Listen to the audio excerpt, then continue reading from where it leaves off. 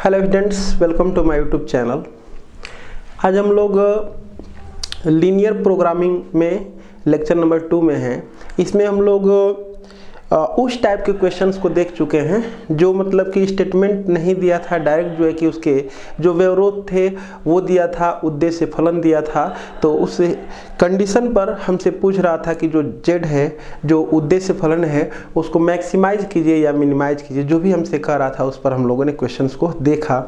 आज हम लोग इस प्रकार के क्वेश्चन देखेंगे कि स्टेटमेंट गिवन होगा और स्टेटमेंट के आधार पर पहले हम व्यवरोध और जो उद्देश्य फलन है उसको पहले बनाएंगे, इसके बाद क्वेश्चन को सॉल्व किया जाएगा। तो इस प्रकार के क्वेश्चन में थोड़ा सा प्रॉब्लम हो सकती है, लेकिन अगर केयरफुली उस पर हम लोग कमांड बना लेंगे तो उसको आसानी से लगाया जा सकता है। कुछ सवाल टफ भी होते हैं, लेकिन कोशिश की जाएगी उसको सारे सवाल को आसान बनाने की, बस कोशिश की जा सकती है, बाकी सब आप लोगों पर डिपेंड करता है।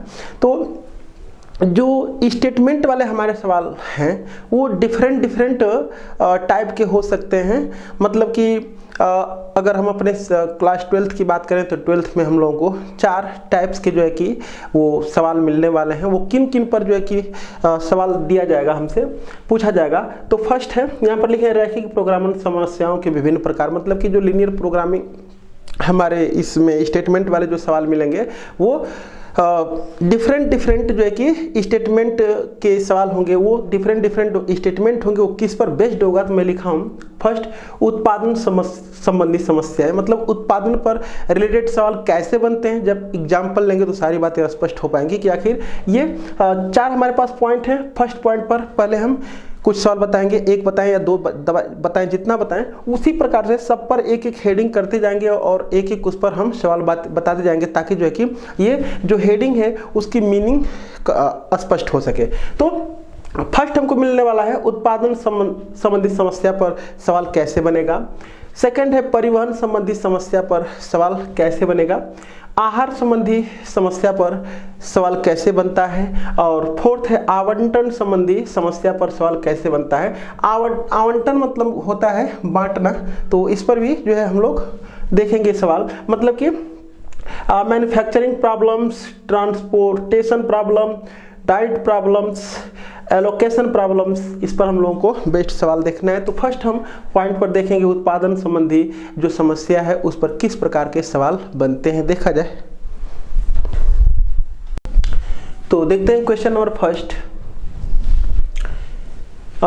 उत्पादन संबंधी समस्या पर हम लोग फर्स्ट क्वेश्चन देखते हैं। तो इसमें जो क्वेश्चंस होते हैं देखने में थोड़ा सा भड़कीले जैसे होते हैं, बड़े बड़े होते हैं। उस पर बस इसका काम इतना ही है कि जो व्यवरोध हमारे पास होते हैं, जो व्यवरोध होते हैं सवाल को लगाने के लिए, वो और उद्देश्य फलन जो जेड होता है उसको लिख लें। बस इतना ही काम इसका होता है, और जो हमको ज्ञात करना है वो पता लगा लें, तब उसके बाद इसका काम खत्म हो जाएगा। तो हम इसको मिटा करके क्वेश्चन को सॉल्व करेंगे। तो देखते हैं सवाल को, पहले पढ़ते हैं। लिखे हैं, एक कारखाने में 3 मशीन फर्स्ट, सेकंड, थर्ड लगी है। मतलब कि एक कारखाने में 3, मैं लिखा ही हूँ उत्पादन संबंधी समस्या, तो इसमें उत्पादन की बात की जाएगी। फर्स्ट, सेकंड, थर्ड लगी हैं। मशीन फर्स्ट तथा सेकंड अधिकतम 12 घंटे तक चलाए जाने की क्षमता रखती है। ये फर्स्ट और सेकंड जो है अधिकतम 12 घंटे तक ही जो है कि चलाए जाने की क्षमता रखती है। मतलब कि 12 घंटे से अधिक वो नहीं चल पाएंगी। अगली बात, जबकि मशीन थर्ड प्रतिदिन कम से कम 5 घंटे चलाई जानी चाहिए। मतलब कि जो मशीन थर्ड है, ये वाली मशीन थर्ड, वो प्रतिदिन कम से कम 5 घंटा से उसको अधिक भी चाहें तो यूज कर सकते हैं। मतलब कि कम से कम वो 5 घंटा चलती है रोज। अगली बात, निर्माणकर्ता केवल 2 प्रकार के सामानों कैपिटल M तथा कैपिटल N का उत्पादन करता है। मतलब कि जो वो 2 प्रकार के सामान, उसका नाम लिखा हुआ है कैपिटल M और कैपिटल N। ये सामानों का नाम है कैपिटल M और कैपिटल N। 2 प्रकार के सामानों क्या करता है, उत्पादन करता है, जिनमें प्रत्येक के उत्पादन में तीनों मशीनों की आवश्यकता होती है। मतलब कि जो हमारे पास ये वस्तुएं हैं जिनका उत्पादन किया जा रहा है, इनको अगर बनाना है तो तीनों मशीनों की आवश्यकता होती है। बिना तीनों मशीनें का काम ही नहीं चलेगा। ठीक, उत्पादन MN का उत्पादन करता है, जिनमें प्रत्येक में उत्पादन में तीनों मशीनों की आवश्यकता होती है। कैपिटल M तथा N मतलब जो उत्पादन कर रहा है वो M तथा N प्रत्येक उत्पाद के एक नग उत्पादन में तीनों मशीनों पर लगे समय निम्नलिखित सारणी में दिए गए हैं। मतलब कि M और N जो मशीन है वो प्रत्येक प्रकार के एक नग का उत्पादन में एक नग का उत्पादन करती है, तो उसमें मशीन फर्स्ट कितना टाइम लेती है, सेकंड कितना टाइम लेती है और थर्ड कितना टाइम लेती है, यहाँ पर लिखा गया है। तो उत्पाद जो M है, उत्पादन लिख दें चाहे उत्पादन लिख दें, यहाँ पर उत्पादन लिख देंगे तो भी कोई बात नहीं है, उत्पाद और उत्पादन कुछ भी लिख सकते हैं। तो उत्पाद जो M है, जो M उस पर जो यहाँ पर लिखे हैं उत्पाद MN मशीन पर लगा समय घंटों में, तो फर्स्ट पर उत्पाद M का एक नग बनाने में 1 घंटा, मशीन जो 2 है उसी उत्पाद M का एक नग बनाने में, एक नग जो बना है तो उसमें जो मशीन फर्स्ट है 1 घंटा लिए, मशीन जो सेकंड है 2 घंटा लिए और मशीन जो थर्ड है वो 1 घंटे लिए। तो ये तीनों मिल करके इतना टाइम दे करके उत्पाद जो M है उसका एक नग बनाई है। उसी प्रकार से जो उत्पाद N है उसका एक नग बनाने में, एक नग की बात हो रही है, जो मशीन फर्स्ट है वो 2 घंटा टाइम देती है, जो मशीन सेकंड है वो 1 घंटा टाइम देती है और जो मशीन है थर्ड जो है वो 1.25 घंटा टाइम देती है। तो फिर हमसे पूछा क्या जा रहा है,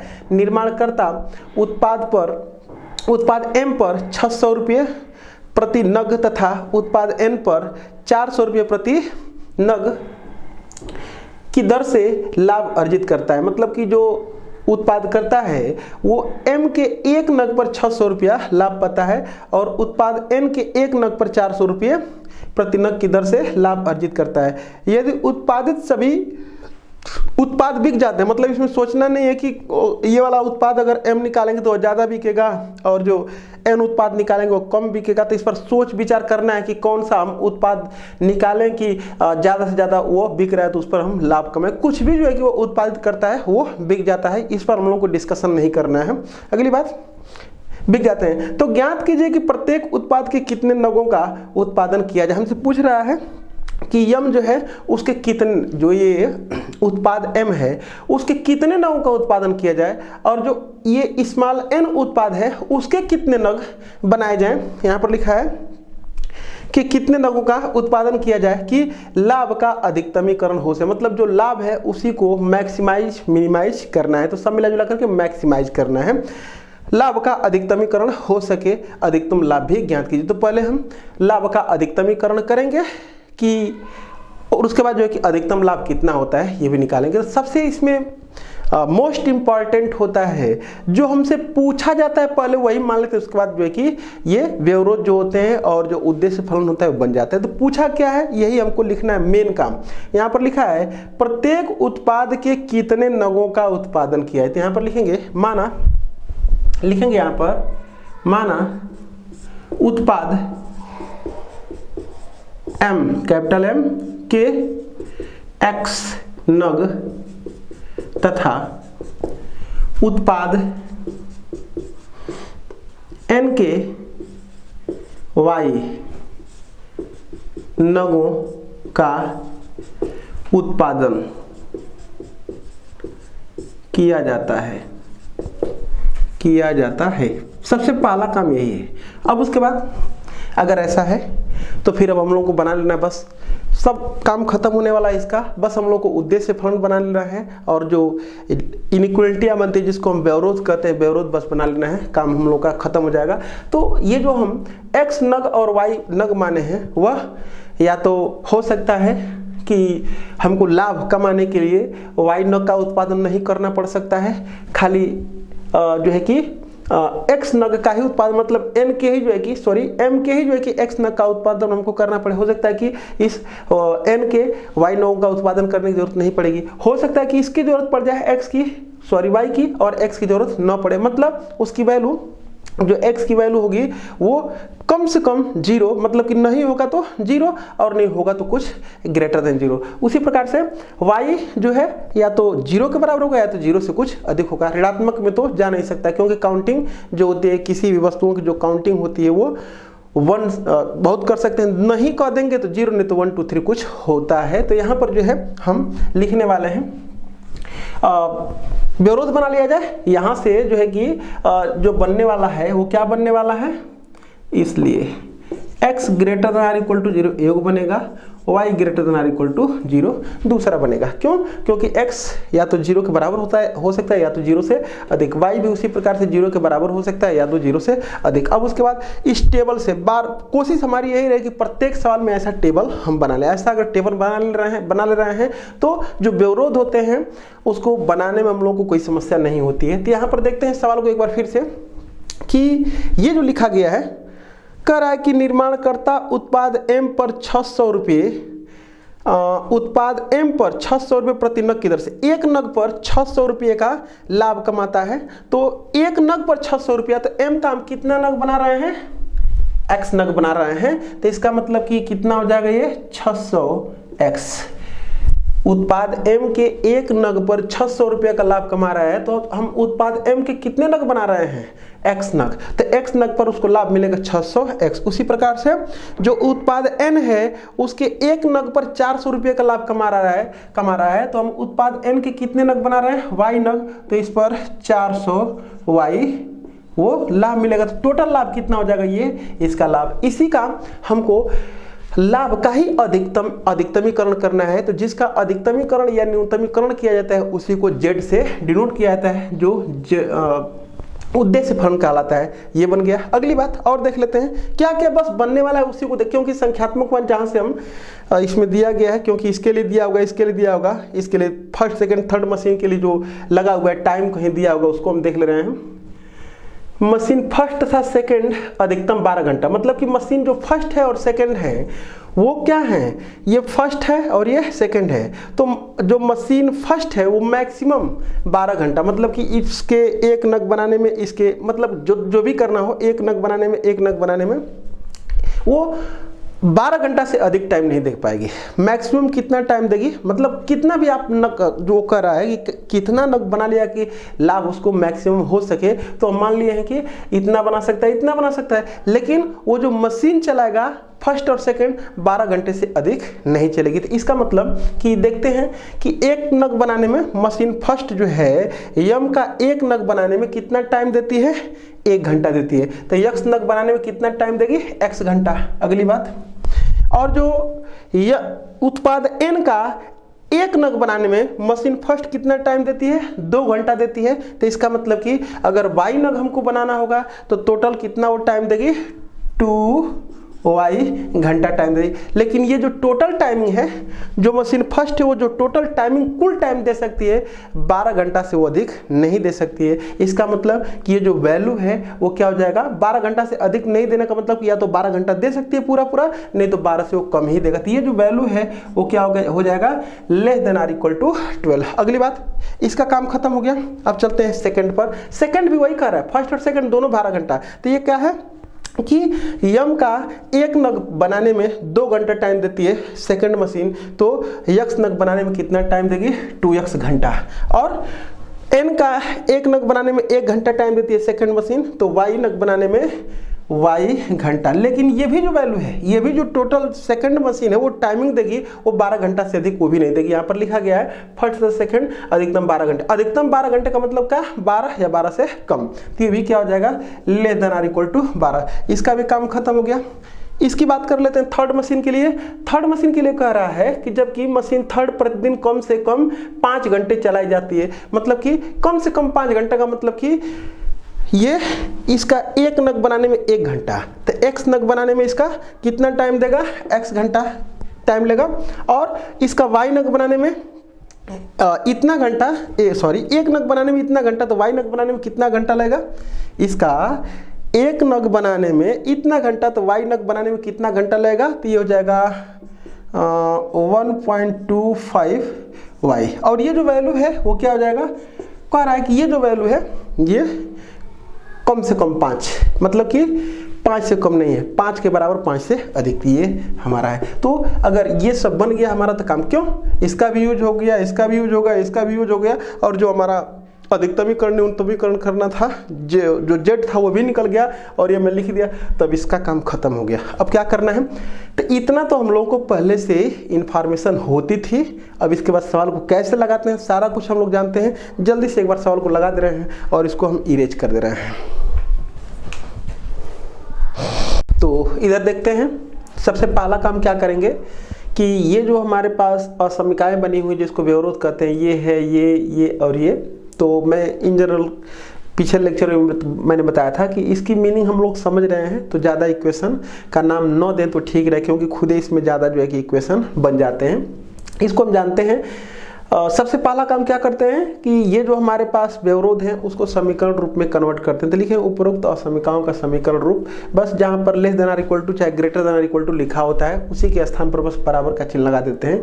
तो यहाँ सब जगह बराबर का चिन्ह मैंने ये बना लिया है। अब उसके बाद इसका ग्राफ बनाने के लिए दो तरीका होता है। क्या, x का मान 0 पुट करके y का मान, मतलब कि ये रेखा कहाँ x अक्ष को काट रही है, ये रेखा कहाँ y अक्ष, जहाँ x अक्ष को काटेगा वहाँ y बराबर 0 हो जाएगा, तो y का मान 0 रख करके x का मान निकाल देंगे तो पॉइंट मिल जाएगा x अक्ष पर। जहाँ y अक्ष को काटेगा वहाँ x बराबर 0 हो जाएगा, तो x का मान 0 रख करके y का मान निकाल देंगे तो पॉइंट मिल जाएगा कि वो रेखा y अक्ष को कहाँ पर काट रही है और ग्राफ बन जाता है। और दूसरा तरीका क्या होता है, इसको अंतःखंड रूप में बदल लेंगे, यानी कि x upon a plus y upon b equal to 1 के फॉर्म में बदल लेंगे।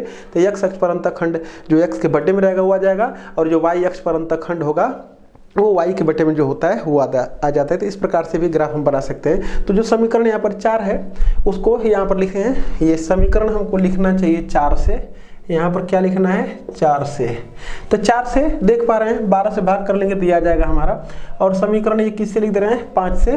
तो 12 से इसके दोनों पक्ष में भाग कर देंगे तो ये आ जाएगा, और ये समीकरण किससे है, ये 6 से है। तो 6 से ये सिंपल है, जब भाग करेंगे तो कितना आ जाएगा, ये हो जाएगा x अपान a प्लस ये y बटे में कितना 5, और ये जो संख्या है ये 1.25 नीचे हो जाएगा इक्वल टू कितना 1। ये y के जो बटे में वो कितना लिखा है 5 बटे 100 मैंने 1.25, ऊपर नीचे 100 से गुणा कर दीजिए, 100 से गुणा कर देंगे तो ये जो हो जाएगा 125, यानी कि 5 गुणे 100, और ये हो जाएगा 125, 25 बचे 125 और 25 जो के 100, तो इस टोटल का रिजल्ट कितना आ जाएगा 4। उसी को लिखा है x upon 5 plus y upon 4 equal to 1। अब देखते हैं उसके बाद इसका जो ग्राफ हमारा है इस 4 का ये बना दिए हैं। 4 का ग्राफ देख पा रहे हैं, x अक्ष पर जो वो काटेगा कहाँ पर 12 पर, और जो y अक्ष को काटेगा वो कहाँ पर, ये 0,6 पर, तो 0,6 पर काटा है। तो मैंने इसको इससे मिला करके इस लाइन को मैंने बना लिया, उसको मैंने लिख दिया 4 है ये। और ये जो है x पर 6,0 पर और y एक्सिस को 0,12 पर काटेगा, यहाँ पर इसको मैंने मिला दिया है। अब उसके बाद ये जो हमारा है 6 वाला ग्राफ वो x अपान 5 x अक्ष को 5 पर और y एक्स को 4 पर काटेगा, ये इसको मैंने खींच करके बना दिया और इसको नाम लिख दिया 6। अब उसके बाद करते क्या है कि जो ये है ये 6 से लिख लेते हैं, चाहे पहले 4 लिख रहे हैं। 4 के करस्पॉन्डिंग जो इनइक्वालिटी है क्या है, मतलब इसके संगत जो असमीका है वो ये है। तो असमीका 1 में क्या रखेंगे, सब में 0 0 रख सकते हैं, क्योंकि 0 0 किसी पर भी स्थित नहीं है, तो किसी में भी रख सकते हैं, तीनों में। तो यहाँ पर लिख देंगे किस में, 1 से, 1 चाहे 1 में बिंदु 0 0 रखने पर लिख देंगे, यहाँ पर 1 में बिंदु 0,0 रखने पर अगर रख देंगे इसमें 1 में तो क्या हो जाएगा, ये 0 + 0 0 less than or equal to 12। ये तो सत्य है, और जब सत्य है तो ग्राफ जो बनेगा हमारा वो 0 की ओर बनेगा, क्योंकि अगर वो सेटिस्फाई हो गया तो ये इधर हो जाएगा। ठीक, अगली बात थोड़ा सा सही से देख लेते हैं, किस में रखे हैं, 4 में रखे हैं ना, ये है 4 ये। ठीक, अब उसके बाद किस में, 2 में बिंदु 0,0 रखने पर अगर रख देंगे 0,0 2 में, तो 2 यही है 0 + 0, तो ये भी हो जाएगा 0 less than or equal to 12, ये भी सत्य है। और 2 के करस्पॉन्डिंग जो इनइक्वालिटी ऑफ 5 है, तो जो समीकरण 5 है, तो 5 हमारा कहाँ ये है, तो ये दिखा रहा है, ये भी इधर को दिखा रहा है, यानी कि इधर ही दिखा रहा है। और अब इसमें रख लेते हैं 3 में बिंदु 0,0 रखने पर अगर रख देंगे तो 3 ये है, इसमें 0 0, तो ये हो जाएगा 0 greater than or equal to 5, ये असत्य। तो इसका मतलब जिधर 0 होगा उधर वाला क्षेत्र तब नहीं लेंगे तो 0 इधर है, ये वाला क्षेत्र नहीं होगा तब ये हो जाएगा, यानी कि टोटल का। और ये तो दिखाता ही है फर्स्ट क्वाड्रेंट में, ये x अक्ष x greater than or equal to 0 इधर और y greater than or equal to 0 इधर, तो टोटल का फर्स्ट क्वाड्रेंट में फिगर ही बनता है। तो ये हमारा हो जाएगा ग्राफ। अब इसके कोणीय बिंदु की हमको जरूरत पड़ेगी, तो कोणीय बिंदु क्या क्या है, एक तो हमारा ये है, ये है, ये है, ये, बस इसको किसको इस 4 को और इसको 5 को हम साल होकर के बस यहाँ का पॉइंट निकाल दे रहे हैं। इसको हम लिख दे रहे हैं, इसको चाहे तो A लिख दें, इसको चाहे तो B लिख दें, और इसको चाहे तो C लिख दें, इसको D लिख दें और इसको E लिख दे रहे हैं। तो बस किसको यहाँ पर लिख दे रहे हैं 4 तथा 5 को हल करने पर, हल करके हम x और y का मान निकाल दे रहे हैं। तो सबसे पहले हम इन दोनों को सॉल्व करके कटान बिंदु निकाल लिए हैं। 4 का मान 4 है, मैंने x का मान 4 और y का मान 4 आया है। अब उसके बाद क्या किए हैं कि कोणीय बिंदु यहाँ पर लिख दिए हैं। कोणीय बिंदु a का निर्देशांक 50, b का निर्देशांक 60 और c का निर्देशांक 44 और d का निर्देशांक 06 और e का निर्देशांक हो जाएगा हमारा 04। अब उसके बाद कोणीय बिंदु z बराबर जो ये है उसको मैं लिख दिया हूँ। अब x का मान यहाँ पर 5 और ये 0 रखेंगे तो 5 छके 30, 3000 हो जाएगा और 6 छके 3600 हो जाएगा, 4 छके 24 और 4 चौके 16, 4000 हो जाएगा, 1600 और 2400 और ये 0 और ये हो जाएगा 6 चौके 2400 हो जाएगा और ये 0 हो जाएगा और 4 चौके 1600 हो जाएगा। तो अगर हम देखें तो मैक्सिमम इसमें कौन है, ये अधिकतम है, ये अधिकतम है। तो अधिकतम अगर ये है तो हमसे 2 चीजें पूछा था कि m के कितने नगों का उत्पादन करना चाहिए और n के कितने नग, तो मैंने माना था कि m के x नग और n के y नग। तो यानी कि दोनों प्रकार जो हमारे पास जो 2 प्रकार के उत्पाद थे वो दोनों के 4-4 नगों का उत्पादन करना चाहिए, जिससे कि हमारा अधिकतम लाभ कितना होगा 4000। तो यहाँ पर लिख देंगे अतः दोनों प्रकार के 4 नगों का उत्पादन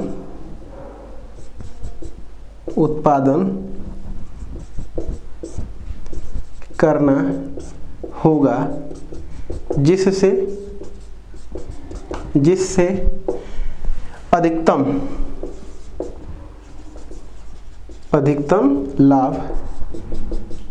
अधिकतम लाभ कितना होगा 4000 रुपया, 4000 रुपया होगा। यही 2 चीजें हमसे पूछा था, एक अधिकतम लाभ पूछा था और एक पूछा था कि दोनों के m और n के कितने कितने नगों का उत्पादन किया जाए। देखते हैं क्वेश्चन नंबर 2। क्वेश्चन नंबर 2 है, क्वेश्चन पढ़ते हैं, इसी पर है, उत्पादन संबंधित जो समस्या है उसी पर पहला भी है और दूसरा क्वेश्चन भी उसी पर है। नेक्स्ट जो हमारा है, नेक्स्ट प्रॉब्लम है उस पर जो है कि तीसरा सवाल हमारा होगा। क्या है, एक कंपनी एक उत्पाद के 2 नमूने A तथा B बनाती है। कोई भी उत्पाद है उसका 2 नमूना बनाती है, A और B, नमूने का नाम है, बनाती है।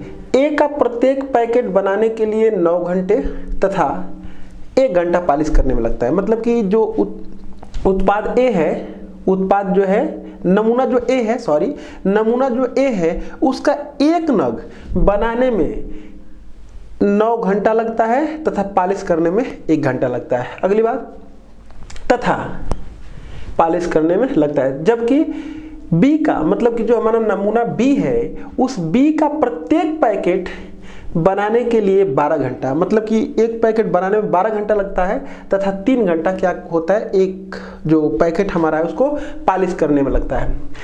बनाने तथा पॉलिश करने के लिए अधिकतम उपलब्ध घंटे क्रमशः 180 तथा 30 घंटे। मतलब कि जो दोनों को मिला करके नमूना A और नमूना B को बनाने में, नमूना A और B के प्रत्येक नग को बनाने में जो टाइमिंग लगती है, टोटल टाइमिंग वो कितना लगती है 180 घंटा, और दोनों का जो एक नग है उसको पॉलिश करने में मतलब जो टाइम लगता है वो 30 घंटा लगता है। अगली बात, कंपनी A के प्रत्येक पैकेट पर 12,000 रुपये लाभ कमाती है। ज्ञात कीजिए कि अधिकतम लाभ कमाने के लिए A तथा B के कितने पैकेट का निर्माण करना चाहिए तथा अधिकतम लाभ। सेम एकदम से पीछे जैसा है इस वाले, बस इतनी सी बात है कि हम जो व्यवरोध हैं जो उद्देश्य फलन उसको बनाए कैसे, बहुत सिंपल सी बात है। जो हमसे पूछता है वही सब कुछ बता देता है। यहाँ पर जो हमसे पूछा गया बस उसको मान लेंगे, सारे हमारे व्यवरोध और उद्देश्य फलन बन जाएंगे।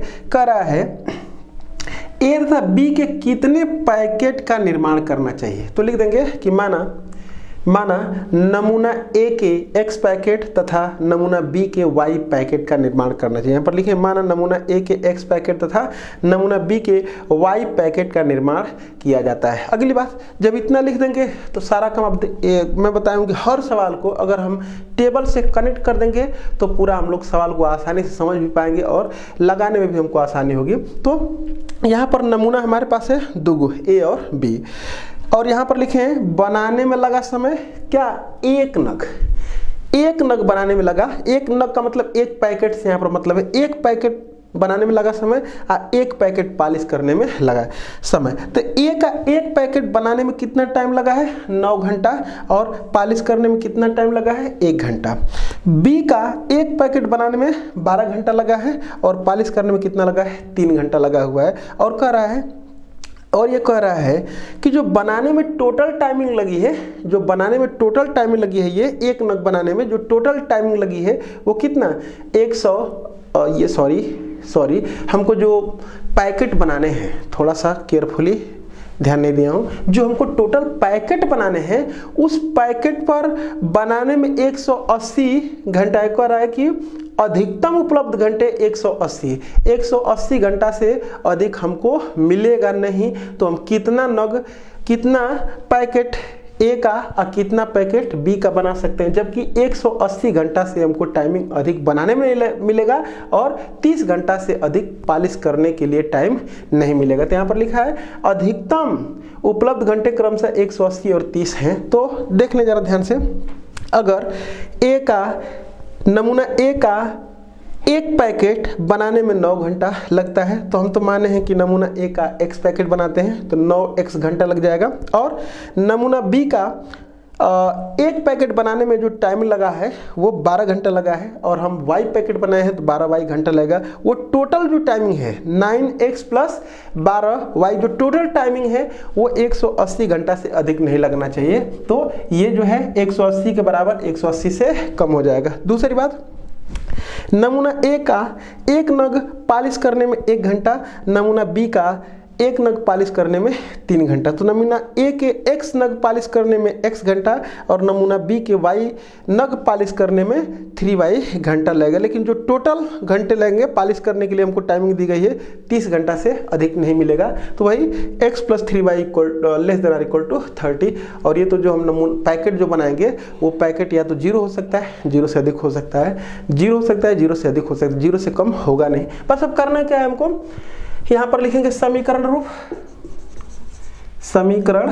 रूप हमको लिख देना है। पहला बात तो बस इसी का समीकरण बनाएंगे 3x, इसको चाहते थोड़ा सा छोटा भी कर लेते हैं, हम इसको छोटा कर ले रहे हैं। 3 से काट लेंगे तो 3 चौके 12, 3 तिली के 9 3 चौके 12 और 3 छक 18 60 हो जाएगा। तो हो जाएगा 3x प्लस 4y बराबर 60। इसको मैं कर दे रहा हूँ 1, ये 2 और ये 3, और ये हो जाएगा x प्लस 3y बराबर कितना हो जाएगा 30। समीकरण नंबर इसको कितना कर दे रहे हैं 4। अब उसके बाद लिख देंगे 3 से 60 से भाग कर दें दोनों पक्षों में, तो x बटे में 20 प्लस y बटे में 15 इक्वल टू 1। अब लिख दे रहे हैं यहाँ पर 4 से कितना हो जाएगा, 4 से हो जाएगा x बटे में 30 प्लस y बटे में 10 इक्वल टू कितना हो जाएगा 1। यानी कि मैक्सिमम x एक्सिस पर डिस्टेंस 30 का है और इस पर मैक्सिमम डिस्टेंस कितने का है 15 का। 5 से डिविजिबल है ना, तो 5 चौके 20, 5 छके 30, 5 3 15, 5 यूनिट बराबर 1 सेंटीमीटर लेकर के हम पैमाना ड्रा कर ले रहे हैं। मतलब जो हमारा x एक्सिस और y एक्सिस पर जो डिस्टेंस लेनी है वो 1 सेंटीमीटर बराबर हम कितना ले लेंगे 5 इकाई ले लेंगे। अब इधर का इरेज करके हम लगा दे रहे हैं सवाल को। तो एक और जो हमको उद्देश्य फलन लिखना था वो कह रहा था कि जो नमूना हमारा ए है उसका एक पैकेट बनाने में हमको जो उसको लाभ मिल रहा है वो 8000 का, तो x पैकेट बनाने में 8000x, और नमूना जो बी है उसका एक पैकेट बनाने में 12000 का लाभ हो रहा था, तो टोटल लाभ उसका हो जाएगा 12000y, क्योंकि हम नमूना जो बी है उसका हम y पैकेट बनाए हैं, तो ये लाभ हो जाएगा। जिसको उसी का हमको जो है कि अधिकतमीकरण करना है, तो अधिकतमीकरण जिसका करना होता है चाहे न्यूनतमीकरण, उसी को जेड से डिनोट किया जाता है, उसी को उद्देश्य फलन कहते हैं। अब उसके बाद यहाँ पर ये जो हमारे पास इनइक्वलिटियाँ थी ये और ये, इसको तुम्हें बता दिया बार बार कि इसको समझ जाएंगे, एक्स एक्सिस और वाई एक्सिस बनाना है, और ये जो क्षेत्र बताते हैं फर्स्ट क्वाड्रेंट में, तो समीकरण रूप इसका ये हो जाएगा इसका, और इसका समीकरण रूप ये हो जाएगा। अब इसके बाद ये 3 से हमको इस रेखा का ग्राफ हमको प्लाट करना है, तो उसका प्लाट करने के लिए 2 तरीका बताए हैं, तो हम बस क्या करें हैं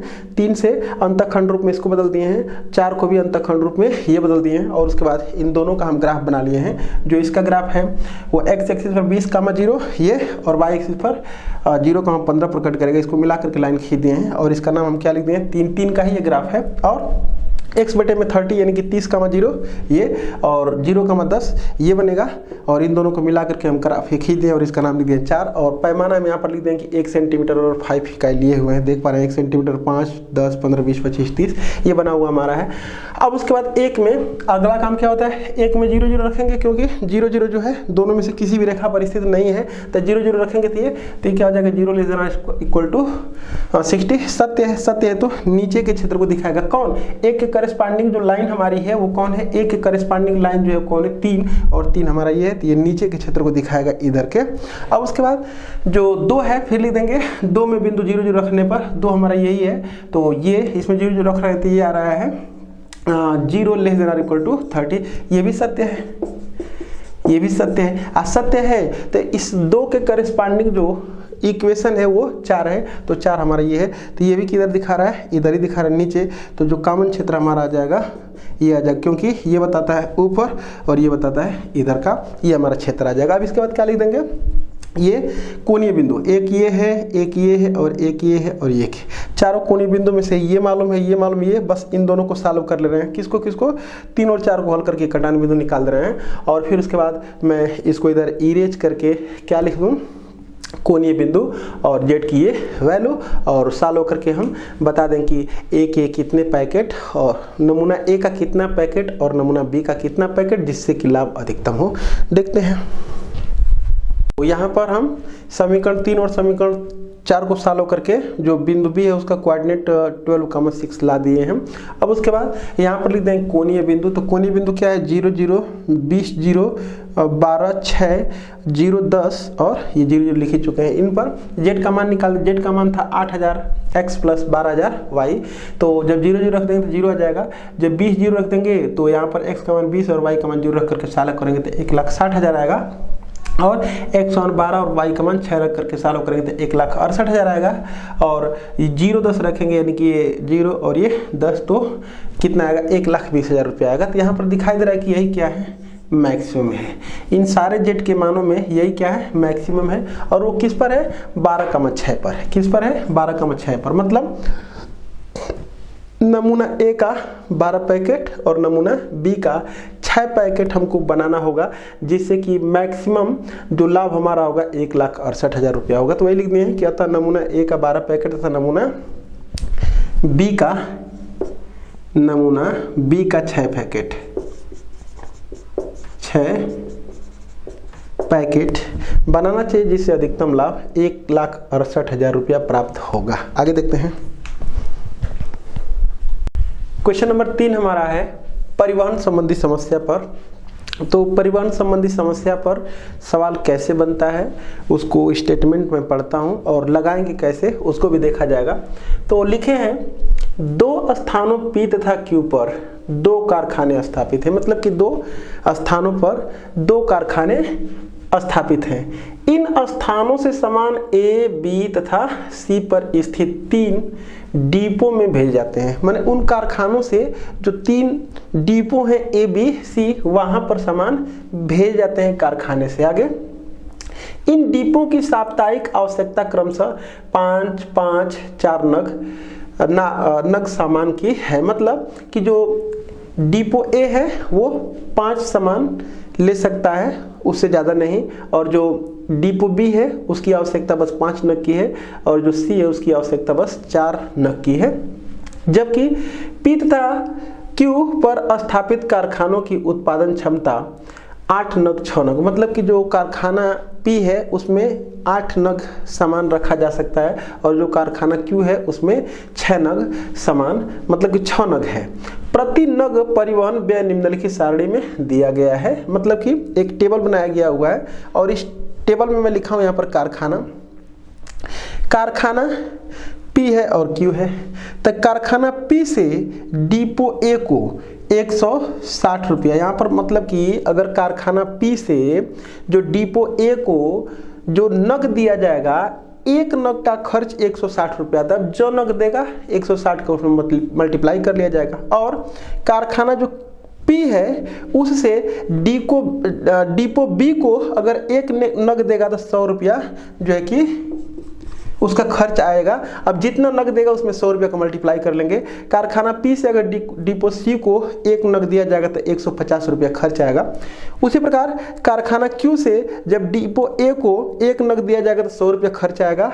कारखाना क्यू से डिपो बी को अगर एक नग दिया जाएगा तो 120 रुपया खर्च आएगा, और कारखाना क्यू से डिपो सी को अगर एक नग दिया जाएगा तो 100 रुपया खर्च आएगा। तो अब पूछ क्या रहा है, ज्ञात कीजिए कि प्रत्येक कारखाने से कितने नग सामान प्रत्येक डिपो को भेजा जाए जिससे परिवहन व्यय न्यूनतम हो सके। मतलब कि अगर कारखाना से डिपो को सामान भेजा रहा है तो इस प्रकार से हमको कुछ व्यवस्था करनी है कि वहाँ से जो डिपो जा रहे हैं उनका खर्च कम से कम लगे। ये हमको माने खर्च का हमको न्यूनतमीकरण करना है।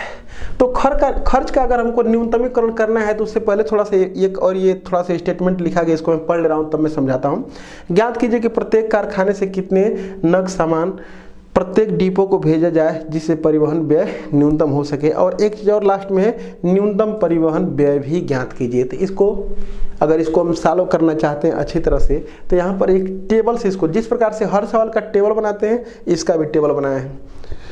इसका टेबल कैसे बना है, तो यहाँ पर 2 स्थान हमारे पास हैं जहाँ पर कारखाने लगे हुए हैं। कारखाना जो है कि एक स्थान पी पर है और दूसरा कारखाना स्थान क्यू पर है। इस कारखाने में जो माल है जिसको नग के नाम से वहाँ पर रखा गया है, तो 8 नग यहाँ पर सामान है, और जो कारखाना हमारा क्यू है उसमें कितने नग सामान है, 6 नग हैं। इस कारखानों से ये जो डिपो ए है, डिपो बी है, डिपो सी को सामान दिया है, तो ये भी कारखाना से इन तीनों को दिया जा रहा है, और ये भी कारखाना से इन तीनों को दिया जा रहा है। कैसे दिया जा रहा है कि इनका जो है कि ये इससे और इससे दोनों से मिला करके 5 नग ले ले। 5 नग की इसकी आवश्यकता है, इससे और इससे मिला करके 5 नग ये भी ले ले, बस 5 नग की जरूरत है। मतलब अगर इससे 2 नग लिया तो इससे 3 नग ले लेगा, अगर इसे 1 नग लिया तो इससे 4 नग ले लेगा। जैसे मतलब कि खर्च न्यूनतम होगा उसी के हिसाब से सामान दिया जाएगा। और ये जो है यहाँ से इसको, और अगर ये दोनों मिल करके इसको कितना देते हैं, 4 नग देते हैं। 4 नग की इसको जरूरत है। तो सबसे पहला काम हमसे ये पूछा जा रहा है कि ज्ञात कीजिए कि प्रत्येक कारखाने से, ये जो दोनों कारखाने हैं, कितने नग सामान प्रत्येक डिपो को भेजा जाता है। मतलब यहाँ से इसको कितना, यहाँ से इसको कितना, यहाँ से इसको कितना, यहाँ से इसको कितना, यहाँ से इसको कितना, यहाँ से इसको कितना, यही हमको आंसर देना है। तो यहाँ पर मैं मान लिया हूँ, एक चीज बस मान लेंगे, सब सेट हो जाएगा। माना कारखाना पी से ए को x नग, ये जो P है यहाँ से A को x नग दिया जाता है, तथा कारखाना Q से B को y नग। ये जो कारखाना ये भी P ही रहेगा। माना कारखाना P से A को x नग तथा B को यहाँ पर लिखे तो हैं y नग भेजा जाता है। कारखाना P से A को x नग तथा B को कितना, y नग भेजा जाता है। बस इतना मान लेंगे, हम लोग का काम हो जाएगा। तो देख लें जरा सा, अगर यहाँ से इसको x नग दिया जाता है और इसको y नग दिया जाता है, तो इसके पास जितना बचेगा उसी को दे देगा। तो इसके पास बचेगा कितना, तो 8 में से x नग इसको दिया है, y नग इसको दिया है, तो 8 माइनस x माइनस वाई नग इसको दे देगा सी को, इसका खत्म। अब उसके बाद ये जो डिपो हमारा यहाँ पर जो कारखाना Q है वो इस डिपो को कितना देगा, तो भाई 5 में से x नग तो इससे ले लिया है, 5 नग की इसको जरूरत है, 5 नग में से x नग इससे ले लिया है, तो इससे कितना लेगा 5 माइनस एक्स नग, तो ये 5 माइनस एक्स नग इससे ले लेगा। अगर 5 नग की जरूरत है, 5 नग में से x नग इससे ले लिया है, तो 5 जैसे इससे अगर 2 नग लिया तो 3 नग इससे ले लेगा, तो 5 में से 2 घटा करके जितना आएगा इससे ले लेगा, तो 5 माइनस एक्स नग। अब इसको जरूरत कितनी थी 5 नग की, 5 में से y नग जो है कि इससे ले लिया है, इससे y नग ले लिया है, तो 5y माइनस y नग इसके ले लेगा, 5 माइनस y नग इससे ले लेगा, 5 नग अगर इससे लिया है तो 5 माइनस y नग इससे ले लेगा। अब उसके बाद देखते हैं कि अब इसके बाद जो बचेगा, इसके पास जो बचेगा वो इसको दे देगा, क्योंकि टोटल 5 5 10 4 14 नग की इन तीनों को मिला करके जरूरत है, और इसके पास 8 नग है, इसके पास 6 नग है, तो टोटल 6 नग है। तो इसका मतलब कि अब जो बचेगा इसको दे देगा, तो सारा ये भी और ये भी दोनों कारखाने खाली हो जाएंगे, और इन लोगों की जो भरपाई है वो जितनी की आवश्यकता थी उतना हो भी जाएगा। तो बस क्या करेगा, ये जो बचा हुआ इसके पास है, क्योंकि 6 में से 5 x माइनस इसको दे दिया है, 6 में से 5 y माइनस 5 माइनस वाई इसको दे दिया है, और जो बचेगा वो इसको दे देगा। तो बचेगा कितना 6 माइनस 5 माइनस एक्स और माइनस 5 माइनस वाई, इतना बचेगा इसको दे देगा। तो ये हो जाएगा 6 minus 5 plus x minus 5 plus y, यानी कि हो जाएगा x plus y minus 4 minus 10 6 हो जाएगा x प्लस वाई माइनस 4। बस अब इसको इरेज कर लें, इसका काम खत्म। हमारे पास इनइक्वलिटियाँ सब तैयार है, बस एक बार लिखना है, क्योंकि अब इसका काम खत्म हो चुका है। एक चीज़ बस इसकी ज़रूरत पड़ेगी, बस इसकी एक चीज़ अभी ज़रूरत पड़ेगी। यहाँ पर लिख भी दिए हैं कि यहाँ से जब इसको 1 नग दिया जाता है तो 160 रुपया प्रति नग खर्च आता है। यहाँ से 1 नग इसको दिया जा रहा है तो 100 रुपये प्रति नग खर्च आता है। यहाँ से 1 नग दिया जाता है इसको तो 150 रुपये प्रति नग खर्च आता है। यहाँ से इसको 1 नग दिया जाता है 100 रुपये प्रति नग खर्च आता है। यहाँ से इसको 1 नग दिया जाता है 120 रुपये प्रति नग खर्च आता है। यहाँ से इसको 1 नग दिया जाता है 100 रुपये प्रति नग खर्च आता है। तो हमको जो है कि अब इसकी ज़रूरत ही नहीं है, सारा इसका काम खत्म हो चुका है। बस करना क्या है, इसी से सारा हमारा जो इनइक्वलिटी है और जो उद्देश्य फलन जेड है सब कुछ बन जाएगा। देखते हैं, तो यहाँ पर देखते हैं अगला काम, इसको मैं पूरा समझा दिया था। अब उसके बाद ये देख लेते हैं कि जो हमको खर्च है उस खर्च का ही हमको न्यूनतमीकरण करना है। तो खर्च क्या है, यहाँ से अगर इसको 1 नग देगा तो 160 रुपये खर्च आएगा। तो यहाँ से इसको कितना नग दिया गया x नग, तो 160 x हो जाएगा। तो यहाँ पर लिखे हैं जो जिसका हमको मिनिमाइज करना है, मतलब न्यूनतमीकरण करना है, उसी को z कहेंगे। तो z बराबर 160x प्लस 100y और प्लस 150 का इसमें गुणा कर लेंगे। अगली बात, यहाँ से इसको 100 रुपये प्रति नग है तो इतना नग अगर दिया गया है तो 100 इंटू 5 माइनस एक्स हो जाएगा, प्लस 120 इंटू 5 माइनस वाई ये हो जाएगा, और plus x plus y minus 4 into 100 ये हो जाएगा। और इसको सॉल्व कर देंगे इसको, तो आएगा जेड बराबर 10 इंटू एक्स माइनस 7वाई प्लस 190, ये हो गया जेड का मान। अब उसके बाद ये जो भी नग दिया गया है, यहाँ से इसको, यहाँ से इसको, यहाँ से इसको, वो तो बहुत कम होगा तो 0, और नहीं तो 0 से अधिक होगा। क्यों? क्योंकि 5 नग की इसको जरूरत है।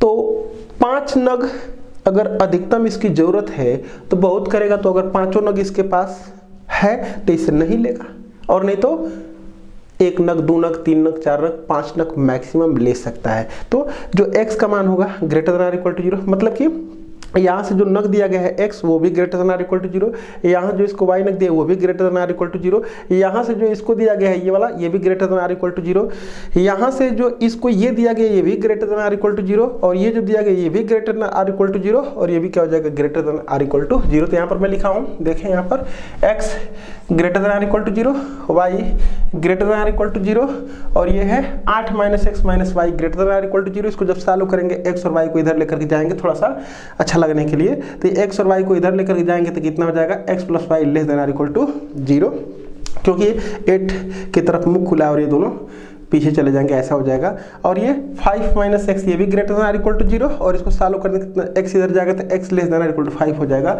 ये 5 माइनस वाई भी greater than or equal to 0, यानी कि y less than or equal to 5, और एक्स प्लस वाई माइनस 4 भी greater than or equal to 0। इसको सॉल्व कर देंगे तो बस 4 को इधर कर देंगे तो x plus y greater than or equal to कितना हो जाएगा 4। इसको हम कर रहे हैं, इसकी तो कोई जरूरत नहीं है, ये तो हम लोग जानते हैं, और इसकी जरूरत लास्ट में पड़ेगी। इसको 1, इसको 2, इसको 3 और इसको क्या लिख दें 4। अब उसके बाद यहाँ पर लिख देंगे क्या, समीकरण रूप, यहाँ पर लिख देंगे समीकरण रूप। तो समीकरण रूप में क्या हो जाएगा, x plus y equal to 8, x बराबर 5, y बराबर 5, x प्लस वाई बराबर 4। इसको लिख दे रहे हैं 5, 6, 7 और इसको क्या लिख दे रहे हैं 8 लिख दे रहे हैं।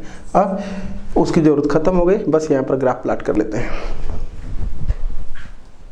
यहाँ पर समीकरण रूप ये चेंज किए हुए हैं, यहाँ पर लिखे हैं, क्योंकि इसकी जरूरत है नहीं, इसका ग्राफ हम बना लेंगे, इसकी जरूरत है नहीं, इसका ग्राफ हम बना लेंगे। बस ये x बटे में 8 प्लस वाई बटे में 8 इक्वल टू 1 कर दिए हैं, और ये x बटे में 4 प्लस वाई बटे में 4 इक्वल टू 1 कर दिए हैं। तो इसका ग्राफ बनाने के लिए x एक्सिस पर अंतखंड बस क्या किए हैं, 1 यूनिट बराबर मतलब 1 इकाई बराबर 1 सेंटी, यानी कि 1 सेंटीमीटर बराबर 1 इकाई का ग्राफ बना लिया, क्योंकि मैक्सिमम x एक्सिस पर डिस्टेंस कितना है 8, 4 मतलब कि, और x और 5, x बराबर 5, इसका मतलब 8 से ज़्यादा नहीं है x अक्ष और y अक्ष पर। तो 8 का हम 8 खाना बना लिए हैं 1-1 सेंटीमीटर का, इस पर भी 1-1 सेंटीमीटर का 8 खाना बना लिए हैं। अब ये जो बता रहा है ये वाला, ये वो क्या बता रहा है, इसी को तो x/8 यानी कि ये 8 और इन दोनों को ज्वाइन करके लाइन खींच दें और इसका नाम क्या लिख दें 5।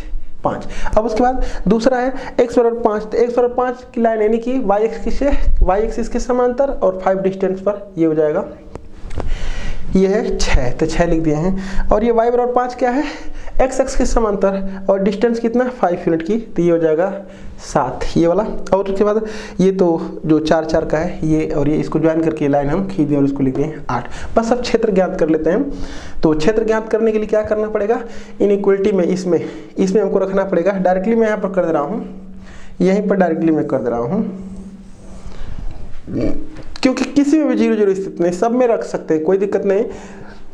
तो x प्लस वाई यानी कि इसमें अगर 0-0 रखेंगे तो आ जाएगा 0 less than or equal to 8। इसका मतलब ये सही है। आज जब सही है तो इसके करस्पॉन्डिंग जो इक्वेशन हमारा है कौन 5 है, तो 5 हमारा ये है, यानी कि इधर को दिखाएगा। अगली बात ये तो x का मान 5 के बराबर 5 से ज़्यादा तो इधर होगा, x का सॉरी छोटा है, x का मान 5 के बराबर 5 से कम तो इधर ही होगा, यानी कि ये वाला लाइन इधर सॉल्यूशन दिखा रही है। और y का मान 5 के बराबर 5 से कम इधर होगा, y का मान 5 के बराबर 5 से कम इधर होगा, तो इधर ही क्षेत्र दिखा रहा है। और ये क्या हो जाएगा, रखेंगे तो ये हो जाएगा 0 ग्रेटर देन इक्वल टू 4। ये सत्य नहीं है, असत्य है, असत्य, और ये क्या था सत्य था। तो इस कंडीशन में क्या रखे हैं हम 0-0 रखे हैं, किस में, इसमें। तो संतुष्ट नहीं हुआ, मतलब इधर का क्षेत्र नहीं होगा, इधर का होगा ये। और ये तो जानते ही हैं x greater than or equal to 0, y greater than or equal to 0 first quadrant में बताता ही है। तो ये हमारा जो हो जाएगा वो छायांकित क्षेत्र हो जाएगा ये। तो इसके कोणीय बिंदु क्या क्या हो गए, ये और ये। तो ये मालूम है, ये मालूम है, ये मालूम है, ये मालूम है। इसको 5 को और 6 को सॉल्व करें तो ये आ जाएगा, और इसको यानी कि 7 को और 5 को सॉल्व कर देंगे तो ये आ जाएगा। दोनों को सॉल्व करके हम लिख दे रहे हैं और इसको कह दे रहे हैं ओ, ये A B C D E और ये F। बस C और D का निर्देशांक निकाल दे रहे हैं। तो यहाँ से इसको और इसको सॉल्व करके पॉइंट निकाल दें 5-3 आया है, और इसको सॉल्व करके निकालें 0.35 आया है। तो यहाँ पर जो हमारे पास कोणीय बिंदु हो जाएंगे क्या क्या हो जाएंगे, 4 0 ये, 5 0 ये, और ये 5 3 ये, और ये 3 5 ये, और ये हो जाएगा हमारा 0 5 और ये हो जाएगा 0 4। ये हमारे पास जो पॉइंट्स मिले हैं कोणीय बिंदु वो हो जाएंगे।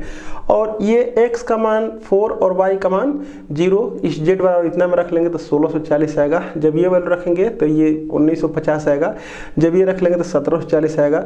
जब ये रख लेंगे यहाँ पर तो 1580 आ जाएगा। जब ये रख लेंगे तो 1550 आएगा। और जब 0,4 रख लेंगे तो 1620 आएगा। तो इन सब में सबसे न्यूनतम कौन है? 1550। हमको z का न्यूनतम मान ही बताना था। तो यहाँ से क्या हो जाएगा? अतः ये क्या है? x बराबर 0 और ये क्या है? y बराबर 0 सॉरी 5। x बराबर 0 था y बराबर 5 पर जो z का न्यूनतम मान है वो 1550 रुपया है। अगली बात, तो मैंने बनाया था जो कारखाना हमारा P से ABC को कितना नग दिया गया था वो लिखे होंगे। उसमें x और y का मान रख लेंगे तो P से A को कितना नग, B को कितना नग और C को कितना नग आ जाएगा। और फिर नीचे से Q से भी लिखे थे कि A को कितना नग, B को कितना नग, C को कितना नग दिया गया था। x y के फॉर्म में था, वहाँ पर x और y का मान, x का मान 0 और y का मान 5 रख लेंगे तो वो आ जाएगा कि कारखाना Q से जो डिपो ABC है उनको कितना नग दिया जाएगा। तो उसी को मैं यहाँ पर सॉल्व कर लिया हूँ। कारखाना P से A को 0 नग दिया जाएगा, B को 5 नग तथा C को 3 नग दिया जाएगा। और कारखाना Q से A को 5 नग, B को 0 नग तथा C को 1 नग भेजा जाएगा। इस स्थिति में न्यूनतम परिवहन व्यय 1550 रुपया होगा। देखते हैं अगला सवाल। क्वेश्चन नंबर 4 है आहार संबंधी समस्या पर। तो आहार संबंधी समस्या पर क्वेश्चन कैसे बनते हैं मैं यहाँ पर लिखा हूँ, पहले इसको पढ़ते हैं फिर उसका सॉल्यूशन की बात की जाएगी। लिखे हैं, एक आहार विज्ञानी दो प्रकार के भोज्यों यहाँ पर चाहिए। एक आहार विज्ञानी 2 प्रकार के भोज्यों, कोई बात नहीं ये भी चलेगा, 2 भोज्यों P तथा Q का उपयोग करते हुए एक विशेष आहार तैयार करता है। भोज्य P के 30 ग्राम के प्रत्येक पैकेट में कैल्शियम के 12 मात्रक, लौह तत्व के 4 मात्रक, कोलेस्ट्रॉल के 6 मात्रक तथा विटामिन ए के 6 मात्रक हैं।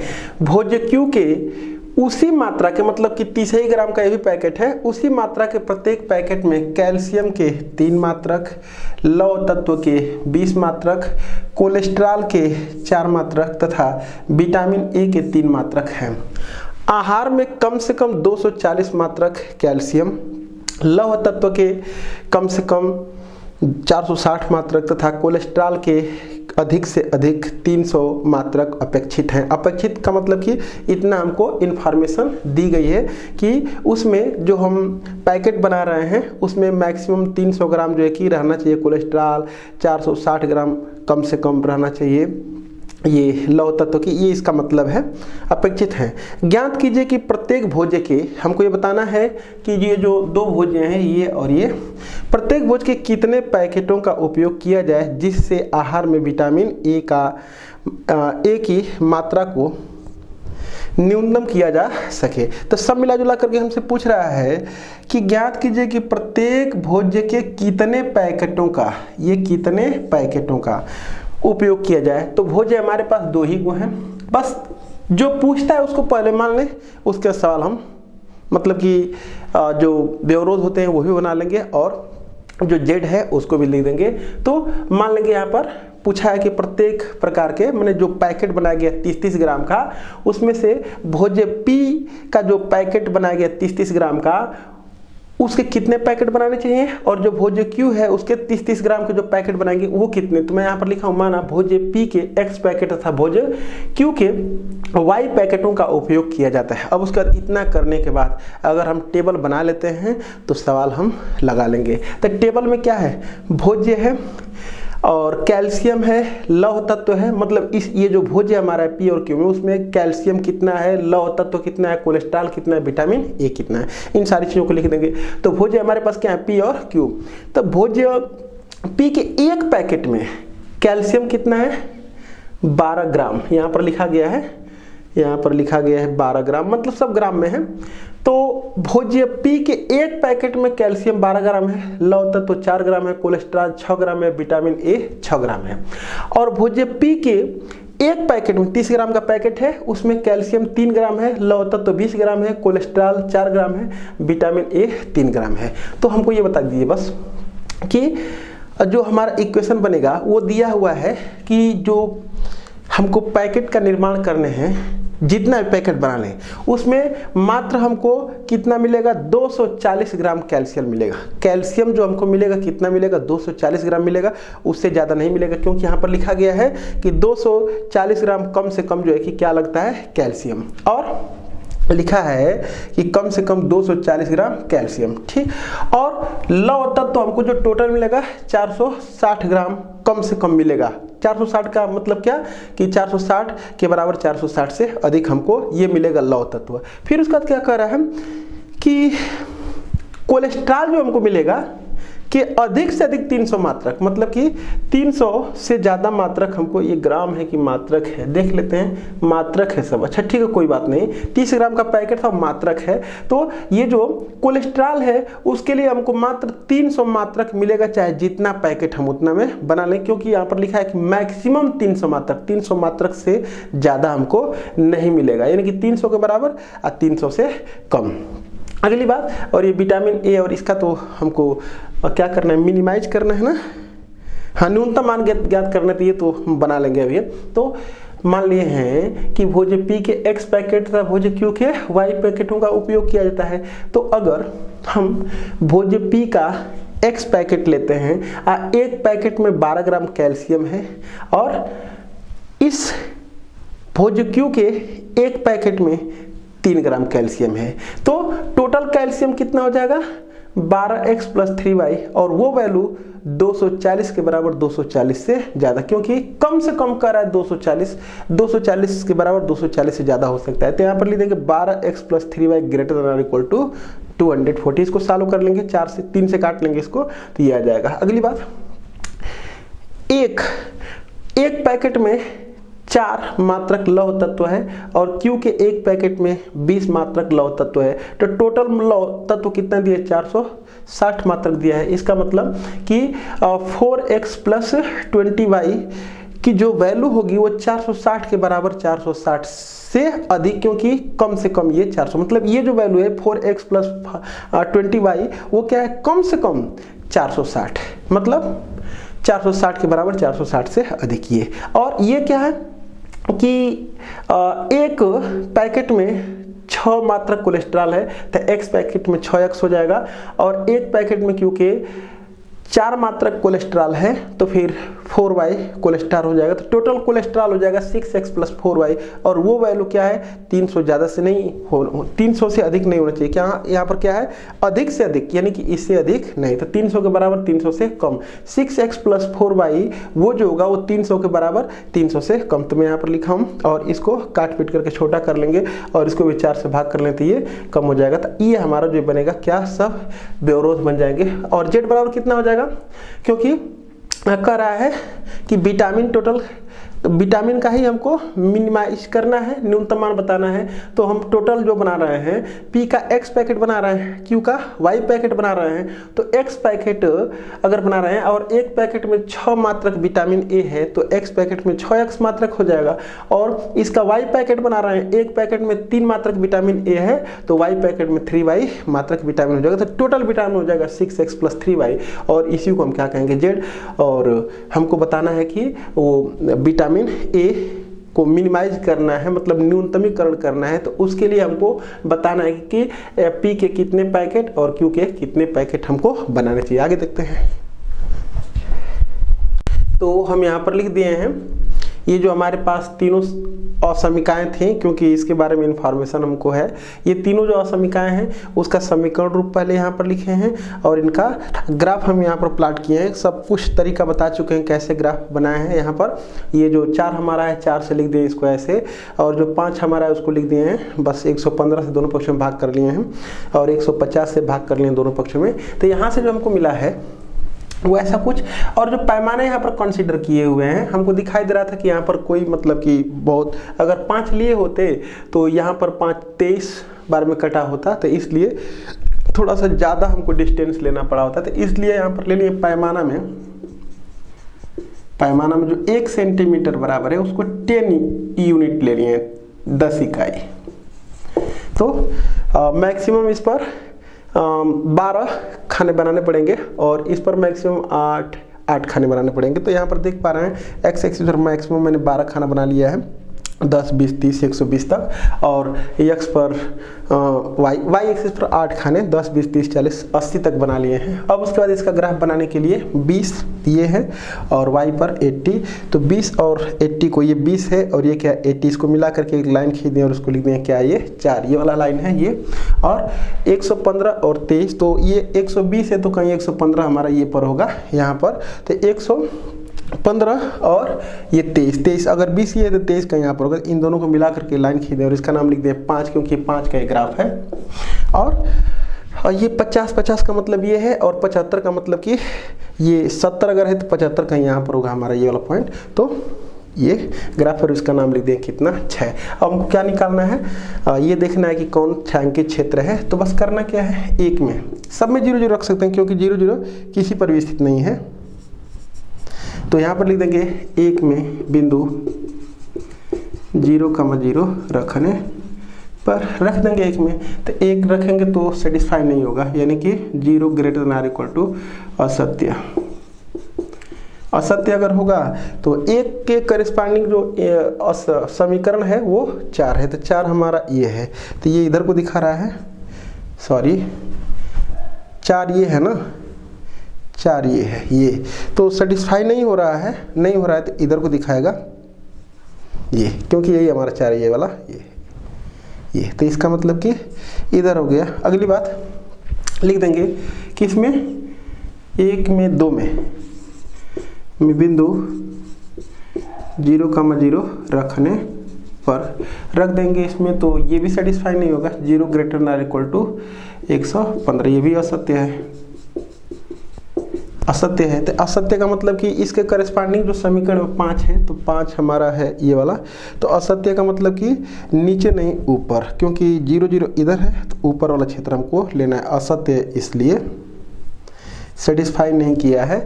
फिर लिखेंगे 3 में बिंदु 0,0 रखने पर रख देंगे इस 3 में, तो ये सेटिस्फाई होगा ना, 0 लेस देन इक्वल टू 150, तो ये संतुष्ट है, सत्य है ये। अगर सत्य है तो इसके करस्पॉन्डिंग जो समीकरण है वो 6 है, तो 6 हमारा ये है ये, और सत्य है का मतलब 6 का ये है, ये 6 है ये वाला ये तो सत्य है का मतलब इधर था, असत्य रहा होता तो इधर का, तो ये। तो टोटल मिला करके जो हमारा रीजन आ रहा है वो ये आ रहा है, जो बाउंडेड रीजन आ रहा है तो ये आ रहा है। अब इसके लिए हमको करना क्या है, इस रेखा को यानी कि 5 को और 4 को सॉल्व करें तो ये पॉइंट आ जाएगा, इस 5 को और इसको 6 को सॉल्व करें तो ये पॉइंट आ जाएगा, और ये लाइन है 6 और ये लाइन है 4, इसको सॉल्व करें तो इसको हम लिख दे रहे हैं A, इसको लिख दे रहे हैं B और इसको C। रफली आप सॉल्व कर लीजिए, देखिए कितना आ रहा है, मैं लिख दे रहा हूँ। तो यहाँ पर हम लिख दिए हैं इन दोनों रेखाओं को सॉल्व करके जो पॉइंट आया है 15,20, और इस रेखा को सॉल्व करने पर जो पॉइंट आया 40,15, और जो इस रेखा और इस रेखा को सॉल्व करने पर जो पॉइंट आया 2,72। तो A का कोऑर्डिनेट, B का कोऑर्डिनेट और C का कोऑर्डिनेट लिख दिए हैं, और Z की वैल्यू 6x + 3y थी, तो यहाँ पर x का मान और ये y का मान रख लेंगे, हल करेंगे 228 आएगा, और x का मान यहाँ पर 15 और y का मान यहाँ पर 20 रख लेंगे तो 150 आएगा Z का मान, और ये 40x का मान और ये 15 y का मान रख लेंगे तो 250 ही आएगा। तो इनमें सबसे छोटा कौन है, 150, क्योंकि हमको न्यूनतमीकरण करना है। जो Z है वो क्या है, जो हमारा ये A है, विटामिन A उसी की मात्रा है, ये न्यूनतम मात्रा 150 मात्रक। तो यहाँ से क्या हो जाएगा, अतः भोज्य P के 15 तथा भोज्य Q के, ये भोज्य P के 15 तथा, क्योंकि पहला वाला जो है भोज्य P का 15 पैकेट है और भोज्य Q का 20 पैकेट, अतः भोज्य P के 15 तथा भोज्य Q के 20 पैकेटों का उपयोग करना चाहिए, जिससे विटामिन A की मात्रा का न्यूनतम मान 150 मात्रक होगा। आगे देखते हैं। तो देखते हैं लास्ट ये हमारी समस्या है आवंटन संबंधी समस्या। आवंटन को क्या बांटना या वितरण करना आवंटन का मतलब होता है। तो इस पर सवाल कैसे बनते हैं उसको मैं बताता हूँ। और ये जो है हमारे ये जो रैखिक प्रोग्रामन है उसका लास्ट सवाल होगा। कल के लेक्चर से हम लोग जो है कि जितने भी एक्सरसाइज में 2 शायद एक्सरसाइज इसमें हैं, 2 एक्सरसाइज में जितने भी क्वेश्चंस पूछे गए हैं सारे क्वेश्चंस का मैं पहले का वीडियो बना चुके हैं, बस उसी को अपलोड कर देंगे और उसको जो है कि आप प्रैक्टिस के तौर पर उसको देख लेंगे। और देखते हैं इस सवाल को। 5 है हमारा लास्ट सवाल। किसानों की एक सहकारी समिति के पास 2 फसलों X तथा Y। किसानों की एक सहकारी समिति के पास 2 फसलों X तथा Y को उगाने के लिए 50 हेक्टेयर भूमि है। मतलब कि जो भूमि है वो 50 हेक्टेयर मैक्सिमम है, उससे ज़्यादा नहीं है। ये 2 प्रकार की फसल है, फसल का नाम नहीं, बस X और Y ही उसका नाम है। X तथा Y से प्रति हेक्टेयर क्रमशः 10,500 रुपये तथा 9,000 रुपये का लाभ अनुमान लगाया गया है। मतलब कि जो ये फसलों को उगाया जा रहा है 50 हेक्टेयर, मतलब 1 हेक्टेयर बराबर 10,000 वर्ग मीटर होता है, ये हेक्टेयर क्षेत्रफल है। तो 50 हेक्टेयर टोटल भूमि है, उसमें 2 प्रकार की फसलों को बोया जा रहा है, X और Y को। तो ये फसल जो बोई जा रही है X वाली, उसमें से प्रति हेक्टेयर 10,500 रुपये का लाभ होता है। और ये जो Y फसल बोई जाती है इतने में 50 हेक्टेयर में कितना बोया जा रहा है ये निकालना है हमको। तो उसमें प्रति हेक्टेयर से 9,000 रुपये का लाभ अनुमान लगाया गया है। आगे X तथा Y के लिए खरपतवार नियंत्रण के लिए शाकनाशी द्रव का क्रमशः 20 लीटर तथा 10 लीटर प्रति हेक्टेयर प्रयोग किया जाता है। मतलब उससे जो ये फसल है उनमें कुछ खरपतवार भी होते हैं जो नुकसान पहुंचाते हैं फसलों को, तो उन्हीं को खरपतवार का नियंत्रण करने के लिए, खरपतवार को रोकने के लिए ये शाकनाशी द्रव का क्रमशः 20 लीटर तथा 10 लीटर प्रति हेक्टेयर प्रयोग किया जाता है।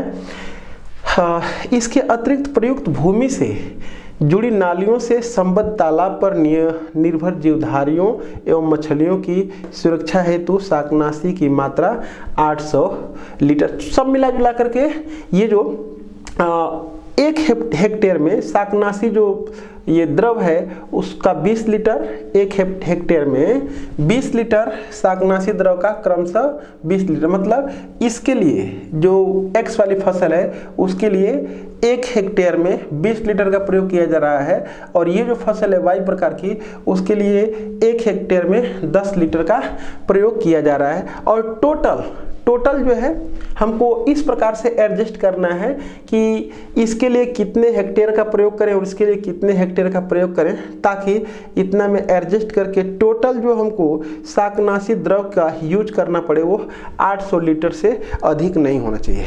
800 लीटर मैक्सिमम लगना चाहिए। आगे बढ़ते हैं। नहीं होनी चाहिए। ज्ञात कीजिए कि प्रत्येक फसल के कितनी भूमि का आवंटन होना चाहिए। मतलब कि प्रत्येक फसल के लिए कितनी कितनी भूमि हम बांट दें, वही मैं बताया हूँ कि आवंटन का मतलब होता है बांटना या वितरण करना। तो दोनों फसलें जो हमारे पास X और Y है तो उनके लिए कितनी कितनी भूमि हम लगा दें, कितनी कितनी भूमि उनके लिए बांट दें। आगे आवंटन होना चाहिए जिससे समिति के सकल लाभ का अधिकतमीकरण, मतलब कि ऐसे उसको बोना है इस प्रकार से कि मैक्सिमम लाभ हो सके, आगे अधिकतमीकरण किया जा सके। तो मैं लिख दिया हूं कि माना फसल X के लिए X हेक्टेयर भूमि, ये कैपिटल X है स्मॉल x है, X हेक्टेयर भूमि जो है कि हम फसल X के लिए यूज में ला रहे हैं, तथा फसल Y के लिए Y हेक्टेयर भूमि जो है कि भूमि का आवंटन होता है। मैं मान लिया हूं कि X हेक्टेयर इस फसल X को बोने के लिए और Y हेक्टेयर इस फसल Y को बोने के लिए हम भूमि बांट दिए हैं। अब उसके बाद ये देखें, जो X फसल है उसके 1 हेक्टेयर में 20, ये जो लिखा गया है यहाँ पर 20 लीटर प्रति हेक्टेयर, 1 हेक्टेयर में 20 लीटर इस फसल के लिए आवश्यकता होती है, और इस फसल के 1 हेक्टेयर में 10 लीटर द्रव, शाकनाशी द्रव की जो खरपतवार को बचाने के लिए आवश्यकता होती है। लेकिन टोटल कह रहा है कि ये जो ऐसे इस प्रकार से इन दोनों को एडजस्ट करना है, इस प्रकार से ये डिवाइड करना है फसलों को हेक्टेयर में। जो खेत हमारे पास जो दिया गया है टोटल 50 हेक्टेयर से अधिक है नहीं, उसी 50 हेक्टेयर में इस प्रकार से इन दोनों को एडजस्ट करना है, दोनों फसलों को, कि 1 हेक्टेयर में 20 लीटर ये और इसके 1 हेक्टेयर में 10 लीटर यूज करें तो 800 से अधिक लीटर न लगे। तो बस आराम से अब इसका हम इक्वेशन बना रहे हैं। मैं माना हूं कि x जो फसल हमारी है उसके लिए x hectare, small x hectare भूमि दिए हैं और इसके लिए स्मॉल y हेक्टेयर भूमि दिए हैं। तो टोटल मैं बात करूं कि कुल कितना जो है कि शाकनाशी द्रव लग जाएगा, तो 1 हेक्टेयर में 20 लीटर तो x हेक्टेयर में 20x लीटर, फिर इसके 1 हेक्टेयर में 10 लीटर तो y हेक्टेयर में 10y लीटर, और वो जो वैल्यू होगी 800 से अधिक नहीं होनी चाहिए, यानी दोनों का योगफल जो होगा 800 के बराबर 800 से कम। तो यहाँ पर देख पा रहे हैं लिखे हुए हैं कि 20x + 10y ≤ 800। इसको जो है कि 10 से काट लिए तो ये बना है हमारा। और ये तो जो फसलों के लिए भूमि वितरित किए हुए हैं वह या तो क्या होगा 0 के बराबर, मतलब नहीं मिलेगा, एक ही फसल के लिए मिलेगा, दूसरे के लिए नहीं मिलेगा, दूसरा नहीं बोएंगे, जिसमें हमारा लाभ होगा वही उगाएंगे। तो या तो वो 0 हो सकता है, नहीं तो 0 से ज़्यादा हो सकता है। वाई भी या तो 0 हेक्टेयर हो सकता है या तो 0 से ज़्यादा हो सकता है। तो ये पहला हो गया, ये दूसरा हो गया। अब जो कह रहा था कि जो टोटल हमारे पास ये जो x और y फसलों के लिए जो भूमि है वो कितना हेक्टेयर है, तो मैक्सिमम 50 हेक्टेयर। उसको लिख भी देना चाहिए था यहाँ पर कि 50 हेक्टेयर मैक्सिमम है। वैसे उपलब्ध है 50 हेक्टेयर, तो उससे ज़्यादा तो होगा नहीं। तो ये 50 हेक्टेयर के बराबर 50 हेक्टेयर से कम, ये हो गया, ये हो गया। और कह रहा है कि जो फसलें बोई जा रही हैं, इस फसल के 1 हेक्टेयर में हमको जो लाभ हो रहा है 10,500 रुपये का, तो x हेक्टेयर में कितना लाभ हो जाएगा 10,500 रुपये x, और ये y के 1 हेक्टेयर में लाभ जो हमको हो रहा है 9,000 का, तो y हेक्टेयर में 9,000 y का, तो टोटल लाभ हो जाएगा z। मतलब इसी को हमको अधिकतमीकरण करना है, इसलिए इसको हमने क्या माना है, z माना है। अब इसके लिए बस क्या कर देंगे हम, यहाँ पर लिखेंगे समीकरण रूप, ग्राफ बना करके सॉल्व कर देंगे। देखते हैं। तो यहाँ पर सबसे फर्स्ट इसको मैंने समीकरण 1 का नाम दिया है, इसको मैंने समीकरण 2 का नाम दिया है। अब इन दोनों को समीकरण रूप में बदल लेंगे, इसकी तो कोई ज़रूरत ही नहीं है। तो इसको समीकरण रूप में बदल लिए हैं, ये समीकरण 3 का दिए हैं, और इसको समीकरण रूप में बदले, उसको मैंने क्या नाम दे दिया, समीकरण 4 नाम दे दिया है। अब उसके बाद इसका ग्राफ बनाने के लिए 3 से मैं लिखा हूँ यहाँ पर, इसको अंतःखंड रूप में बदल दिया हूँ। तो ये हो जाएगा 2x/80 यानी कि x/40 y/80, और समीकरण 4 से x/50 y/50। तो ये मैं पैमाना कंसिडर कर लिया हूँ, देखा हूँ कि ये 10 से सब डिविजिबल है, तो 10 चौके 40, 10/50, थोड़ा सा अच्छा लगने के लिए मैं 10 जो इकाई है 1 सेंटीमीटर के बराबर मान लिया मैंने पैमाना। तो यहाँ पर x एक्सिस पर मैक्सिमम कितना है 5 डिस्टेंस, और y एक्सिस पर मैक्सिमम 8 डिस्टेंस। तो मैं बना लिया हूँ ये 10, 20, 30, 40, 50, 80 तक ये बना लिया हूँ। और यहाँ पर जो है ये 40,0 और ये 0,80, तो ये पॉइंट और ये पॉइंट इसको मैं मिला दिया हूँ, और इसको मैं लिख दिया हूँ समीकरण नंबर 3। और ये है 50/50 x पर 50 y/50, और इसको मैं लिख दिया हूँ समीकरण नंबर इसको 4। अब उसका करेंगे क्या कि देख पा रहे 0, 0 दोनों में से किसी पर भी स्थित नहीं है, तो यहाँ पर लिख देंगे किस में, असमीका में रखेंगे, लिखेंगे 1 में बिंदु 0,0 रखने पर यहाँ पर रख देंगे। एक हमारा यही है, तो 0 जो रखेंगे तो सेटिस्फाई होगा ये, तो 0 ≤ 80, ये सत्य है। अगर सत्य है तो इसके करस्पॉन्डिंग जो समीकरण है वो 3 है, 3 हमारा यही है, तो इसका मतलब सेटिस्फाई का मतलब इधर क्षेत्र को दिखा रहा है। अच्छा, उसके बाद पुनः 2 में बिंदु 0,0 रखने पर रख देंगे, 2 यही है, तो ये भी सेटिस्फाई कर रहा है, यानी कि 0 ≤ 50, यानी कि ये इसके करस्पॉन्डिंग समीकरण ये है, ये तो ये दिखा रहा है इधर के क्षेत्र को, यानी टोटल मिला करके इधर, और ये तो जो x ≥ 0 है इधर और y ≥ 0 है इधर, यानी कि फर्स्ट क्वाड्रेंट फिगर सब मिला के बनता है, तो ये हमारा फिगर बन जाएगा। अब उसके बाद इन दोनों को सॉल्व करके कोणीय बिंदु निकाल रहे हैं, क्योंकि कोणीय बिंदु क्या क्या है, एक ये है, ये है, ये है, ये है। तो इसको सॉल्व करके इन दोनों रेखाओं को 3 और 4 को कोणीय बिंदु निकाल दे रहे हैं। फिर उसके बाद उसके करस्पॉन्डिंग जो कोणीय बिंदु उस पर उसके करस्पॉन्डिंग जेड के मान निकाल रहे हैं। तो उसके बाद आंसर में क्या पूछा गया है, हमसे प्रश्न में क्या पूछा गया उस प्रकार से आंसर दे रहे हैं। देखते हैं। तो यहाँ से हम इन दोनों को सॉल्व करके बी का कोऑर्डिनेट निकाल दिए हैं। अब उसके बाद देखें कोणीय बिंदु और जेड का मान था 10,500 x प्लस 9,000 y। तो पॉइंट है ओ का निर्देशांक कितना है 0 0, ए का निर्देशांक है 40,0, बी का निर्देशांक है 30,20 और सी का निर्देशांक, इसको मैंने सी का नाम दिया है, सी का निर्देशांक 0,50। तो जब 0 0 रखेंगे तो 0 आ जाएगा। जब 40 रखेंगे x का मान y का मान 0 तो 4,20,000 आ जाएगा। और जब x का मान 30 और y का मान 20 रखेंगे तो सॉल्व करेंगे इसको तो z का मान आ जाएगा 4,95,000।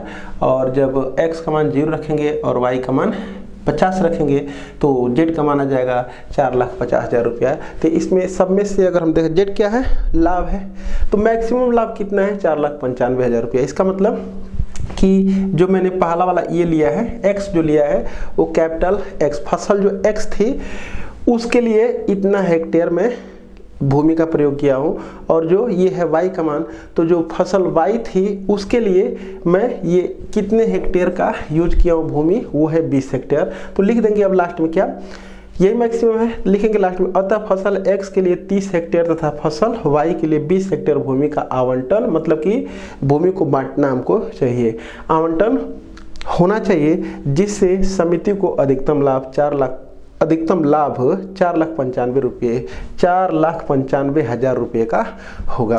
तो इस प्रकार से हम लोग कल का हमारा लेक्चर होगा, पीछे हम पहले का क्योंकि फिलहाल हमारे पास टाइमिंग नहीं है कि प्रश्नावली के हर सवाल को हम लगा करके अपलोड करें, तो पीछे हम पहले का पढ़ा चुके हैं, उसी की एक्सरसाइज को हम एक बार अपलोड कर देंगे, आप लोग देख लीजिएगा। और नेक्स्ट जो हम लोगों का क्लास होगा वो प्रोबेबिलिटी का होगा। Thank you for watching.